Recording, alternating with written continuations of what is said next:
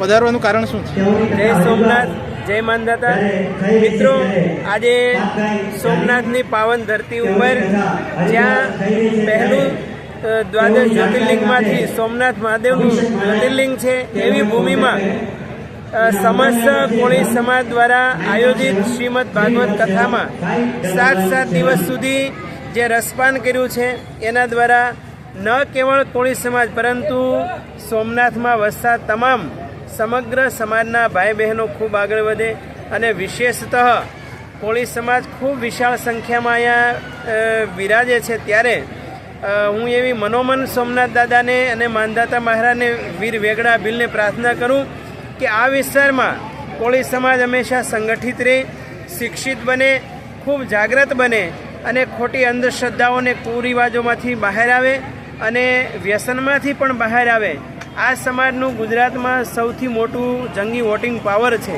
ત્યારે ન કેવળ વોટ આપીને પોઝિશનમાં રહી પરંતુ ભવિષ્યમાં પાવરમાં પણ ખૂબ આવે એવી પણ હું શુભકામના કરું। અસ્તુ, જય સોમનાથ।